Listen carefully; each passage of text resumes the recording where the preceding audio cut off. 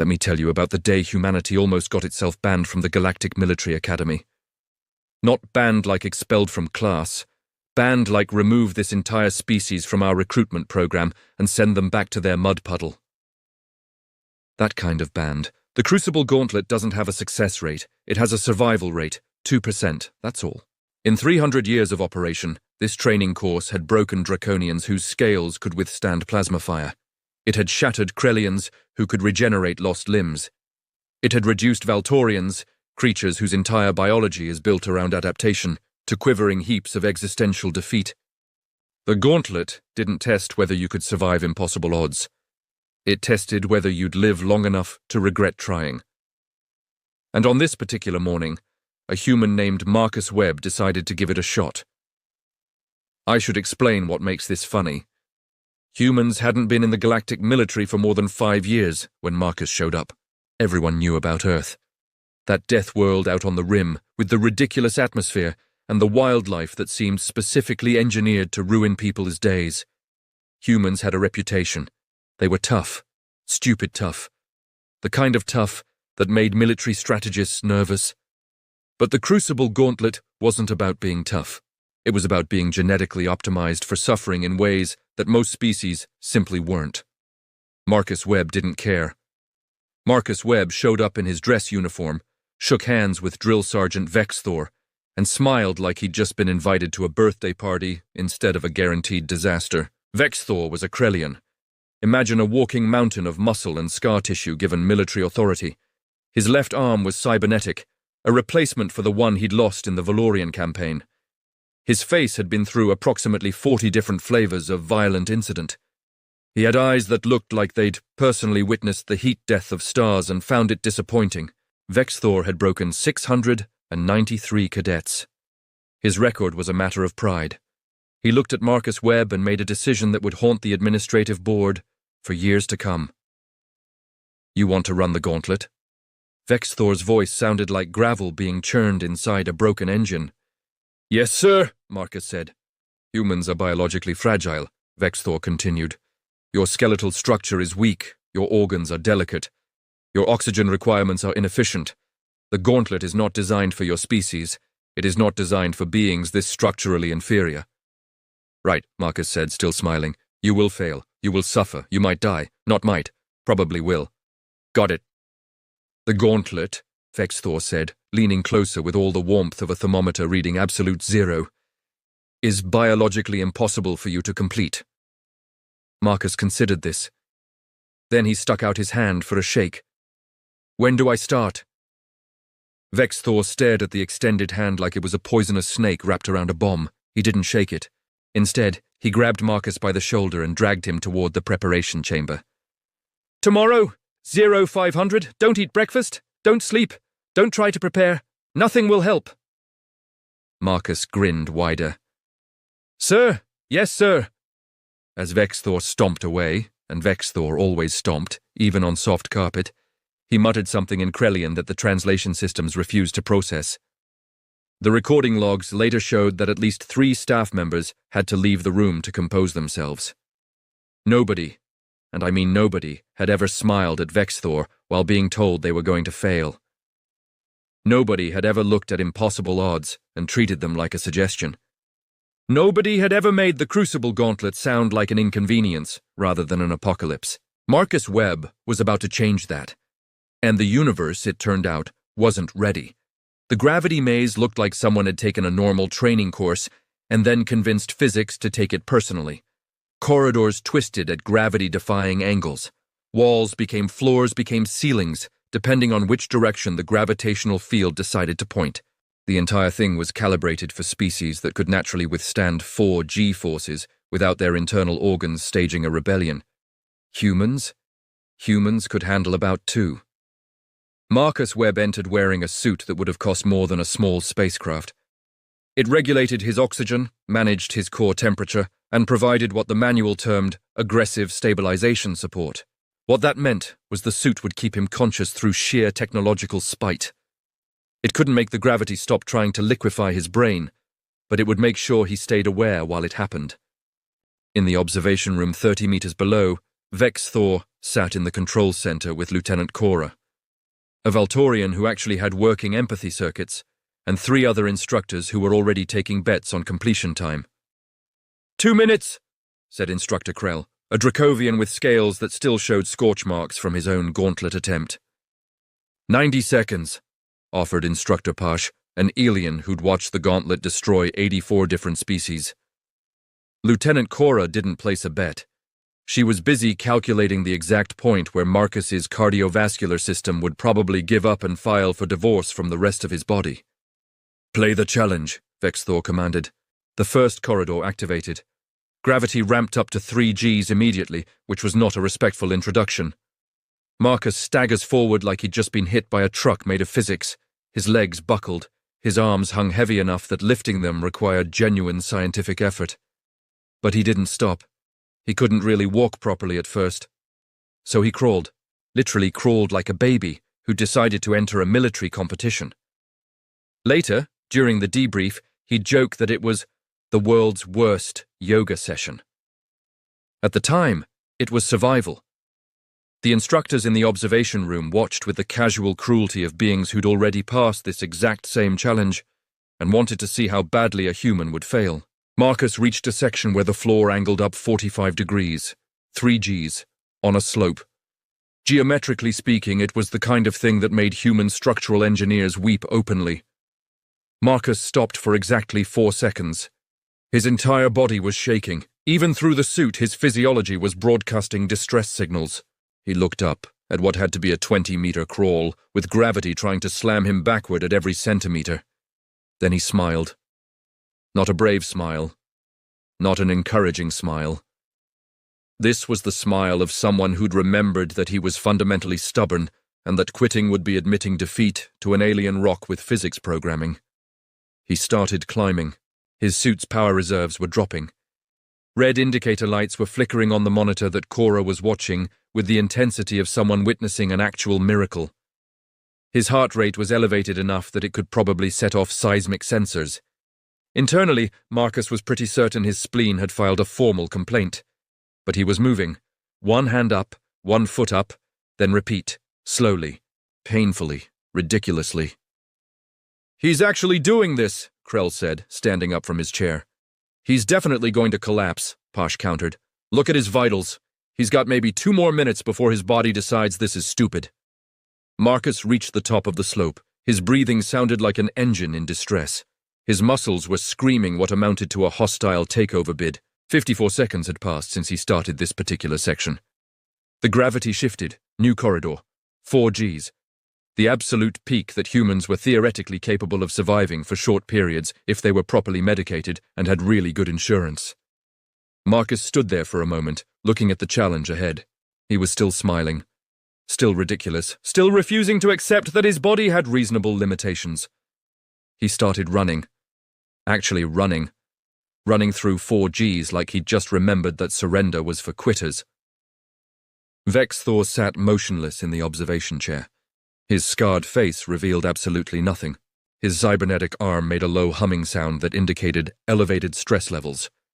He's going to make it through this zone, Cora said quietly.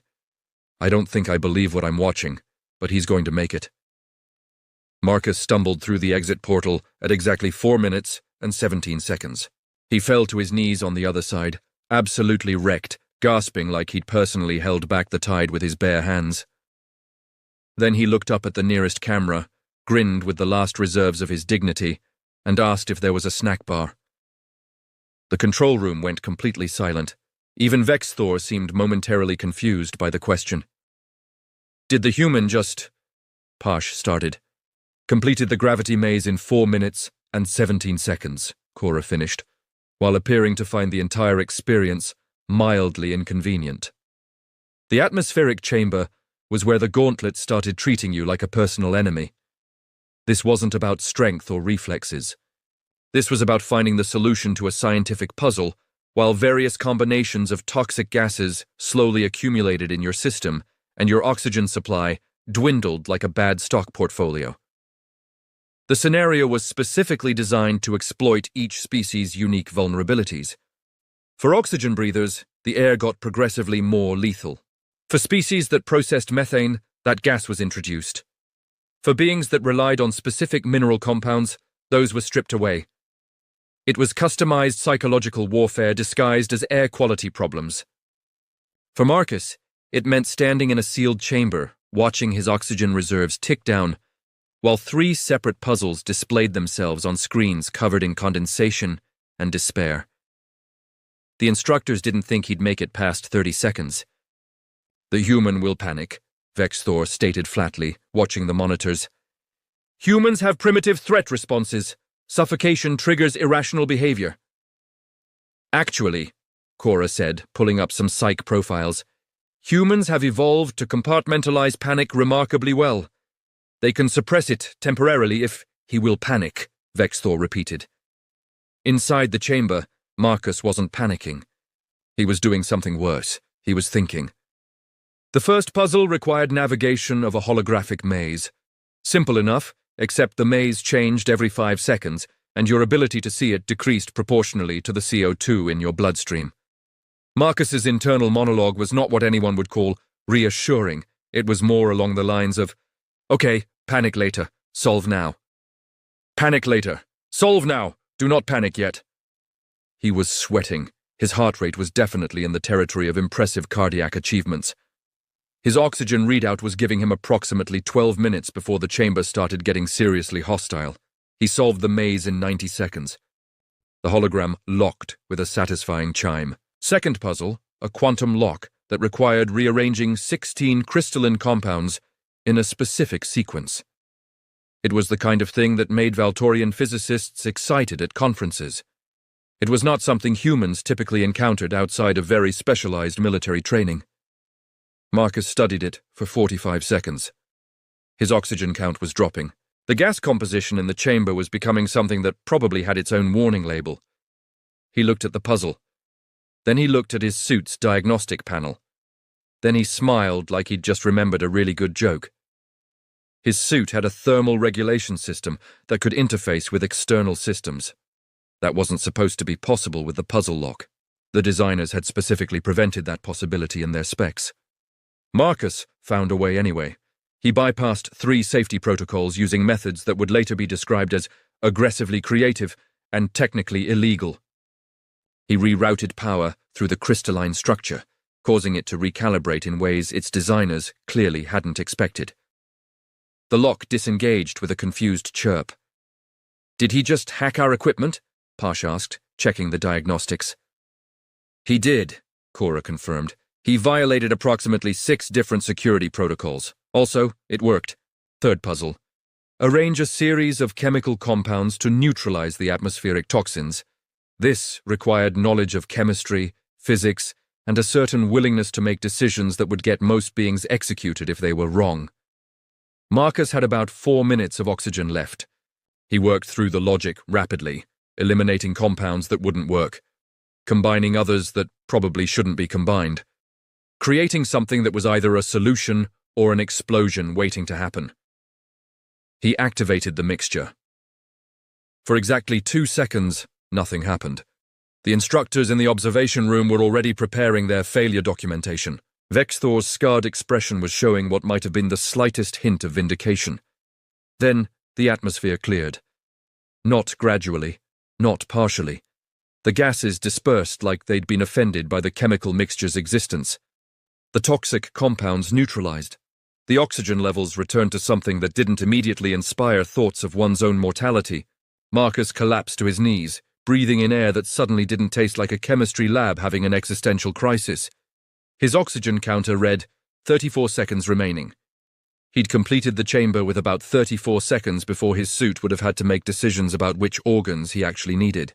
"Well," he gasped into the communication system, "I'm pretty sure I just invented a war crime, but a functional one."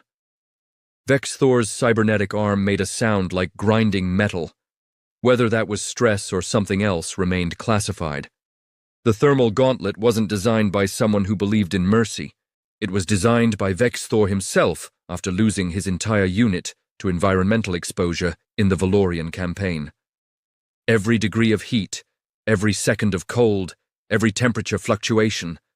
They were based on specific combat scenarios, that had actually killed Krellians, who were built for more extreme conditions than humans could even imagine. Marcus entered a chamber set to precisely 67 degrees Celsius and climbed. There was an obstacle course inside, naturally. Walls to climb, gaps to jump, platforms that required timing and precision, and a complete lack of self-preservation instinct. The chamber was designed to push your body to its absolute breaking point while your biological systems were already operating at crisis level. After 90 seconds, Marcus was visibly suffering. Sweat was running down his face. His movements were becoming sluggish. His internal temperature regulation was working overtime to keep him from essentially cooking himself from the inside out. He made it through the heat section in 7 minutes. Then the chamber flipped. Negative 40 Celsius. Instant transition from dying of heat to dying of cold. Most species would experience catastrophic system shock. Humans just cursed creatively and kept moving. Cora had officially stopped taking notes. She was just watching the monitors with the expression of someone who'd committed to witnessing a phenomenon that shouldn't exist. He's referring to Earth weather patterns, she observed. He's comparing this to something called New Jersey winters. I don't think that's a real place. It's real, Marcus gasped through the communication system, bouncing between platforms that would have been slippery under the best of circumstances and were actively hostile under these ones. And significantly worse than this, although less dramatic. This is the dramatic version. New Jersey is just the boring version. You're hallucinating, Vexthor said flatly. Maybe, Marcus agreed, because denying it at this point would have been statistically inaccurate. But I'm also not stopping. The instructors watched Marcus complete the thermal gauntlet in 12 minutes and 43 seconds. He emerged, looking like someone who'd decided to wrestle the sun, and the sun had decided that maybe compromise was possible. Vexthor stood up from his chair. His scarred expression had shifted into something that wasn't quite respect, but was definitely in the neighborhood. The human will not survive the psychological maze, he said, not with conviction, with something else, something that might have been doubt. Cora exchanged glances with Krell. Even the Dracovian instructor who'd failed the gauntlet himself was showing signs of emotional investment in Marcus Webb's improbable survival. Actually, Cora said, I think he might. The psychological maze didn't have walls. It had fears. Real fears, specific fears, the kind of fears that your genetic history had encoded into your nervous system over millions of years of evolutionary survival instincts. For a Krellian, it meant encountering scenarios that exploited their herd vulnerability. For Valtorians, it meant experiencing scenarios that threatened their adaptability. For Draconians, it meant confronting environments that overwhelmed their sensory processing. For humans, it meant, well, the system had to think about this one. Humans had evolved on a death world. Everything there was either trying to kill them or was indifferent to their survival. They'd been hunted by apex predators. They'd lived through ice ages. They'd survived plagues. They'd built civilizations while surrounded by creatures that could disassemble them for spare parts. So, human fears weren't simple. They were contradictory. They were weird. They were specifically strange in ways that made biological sense when you understood Earth's history, but absolutely no sense when you were a computer trying to predict them. The psychological maze system scanned Marcus and got very confused. It tried triggering claustrophobia first. The walls closed in. Marcus joked about New York subway cars. The system increased the pressure. Marcus mentioned crowded beaches. The system malfunctioned briefly because that contradiction wasn't supposed to be physically possible within a single human consciousness. Then it tried its trump card. It created a scenario where Marcus was standing in front of thousands of people who were waiting for him to speak. A presentation. A moment where he had to articulate something important to an audience that was expecting profundity. Public speaking. The one thing humans had collectively decided was sometimes worse than death. Marcus froze. For the first time since entering the gauntlet, he actually froze. In the observation room, Vexthor straightened up. This was it. The human had broken. But Marcus wasn't breaking. He was terrified. Actually terrified. His heart rate spiked to numbers that made Cora wince.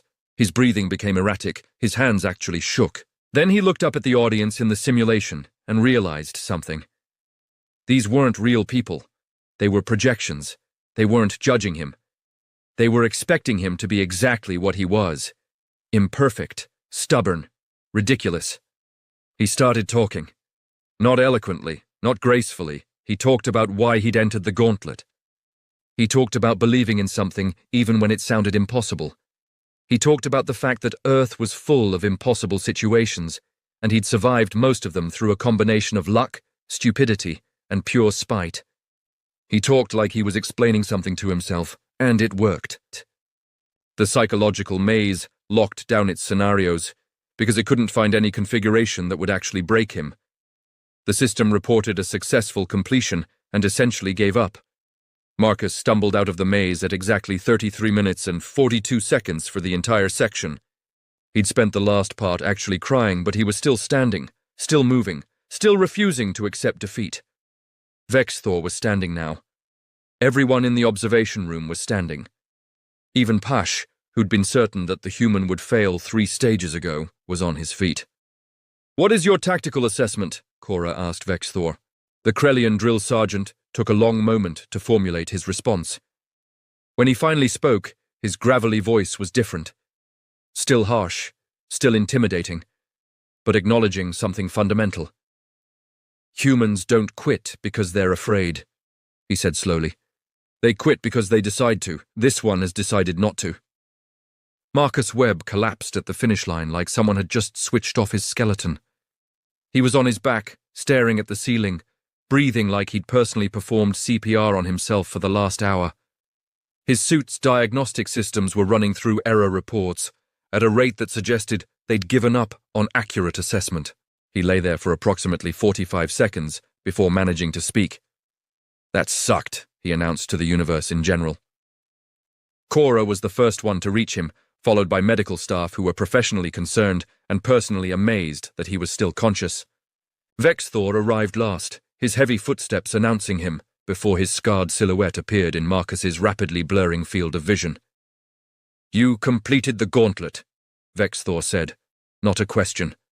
A statement of fact that he was still processing. "I did something," Marcus agreed weakly. "I'm not entirely sure what. Survival feels like it happened, but possibly I'm hallucinating that too." Vexthor actually smiled. It was a terrible smile. A smile from something that had been designed by nature to inspire tactical fear. But it was genuine. "You are now one of 48 beings to complete the Crucible Gauntlet in its 300-year history," Vexthor said. "You're the first human. You're probably the stubbornest being I've ever encountered." "That's not a compliment, that's tactical assessment." "I'll take it," Marcus wheezed. The medical staff carried him to the recovery wing, where he spent the next 18 hours being analyzed by beings who'd never seen human physiology perform that many consecutive miracles. His body temperature had fluctuated through a range that should have been impossible. His oxygen levels had dropped to numbers that made physicians question their instruments.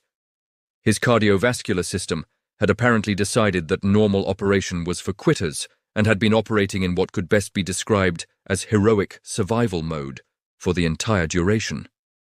When they finally let him out, Vexthor was waiting. The Krellian drill sergeant looked different somehow, less intimidating, more contemplative, still terrifying, but that was probably permanent. "The others are asking how you did it," Vexthor said. "They want to know your secret." Marcus considered this with the careful deliberation of someone who was still mostly running on adrenaline and spite. "I come from a planet where everything is trying to kill you," he said finally. "Lightning, hurricanes, creatures with too many teeth, diseases you've never heard of. Gravity that's slightly wrong. And other humans, obviously, because we're our own worst predators. You grow up on a place like that, and impossible starts looking like Tuesday. Started looking like Tuesday, I mean. Past tense. I've had better Tuesdays, but I've had worse ones too." Cora approached, holding a data tablet that showed Marcus's performance analysis. "Your completion was actually efficient," she said, which was Valtorian code for, "That was amazing and I want to understand it." "You didn't brute force any challenge. You improvised. You adapted. You used methods that technically violated safety protocols, but achieved results. Also, You smiled through the entire thing, which the psychological profile indicates is a coping mechanism. That smile, Marcus said, is just me telling the universe that I'm not going to quit because it's trying to make me miserable. The universe generally respects that, takes it as a challenge. Vex Thor made a low sound in his chest. Humans are not weak, he announced to the observation room that was still monitoring. Humans are insane, and that is tactically valuable. The military academy will be accepting more of your species. This was a mistake I will have to justify to my commanding officer. You don't sound happy about that, Marcus observed. I'm not, Vex Thor said flatly, but I respect the outcome. You've made my job harder. That's respect in Krellian culture, except worse. Marcus sat up slightly, still looking like someone had decided to use him as a novelty stress toy. So, about that, he said. When's the next Gauntlet opening? I want to run it again. I want to try it without the smile next time. The observation room went completely silent. Did you just volunteer to repeat it immediately? Cora asked, which was Valtorian code for, have you experienced a complete neural shutdown? Yeah, but without the smile. I think I can do better. I was smiling because I was terrified. Next time I'll just be confident about the terror. That's growth. Vex Thor's expression shifted into something that might have been regret. I'm revoking my recommendation for your species, he said. This was clearly a bad idea. One human is a miracle. Multiple humans with that level of stubborn insanity is a security threat. Sir, Cora said carefully, I think that's actually the highest compliment you could possibly give. Vex Thor stomped away toward his office, muttering in Krellian about recruitment policies and the structural stupidity of allowing humans into military training programs. In his wake, he left one successfully completed impossible challenge, 47 historical records that had just become relevant again, and a decision that would change the entire military's understanding of what species could accomplish. Marcus Webb lay back in his medical bed, still smiling like an idiot, already planning how to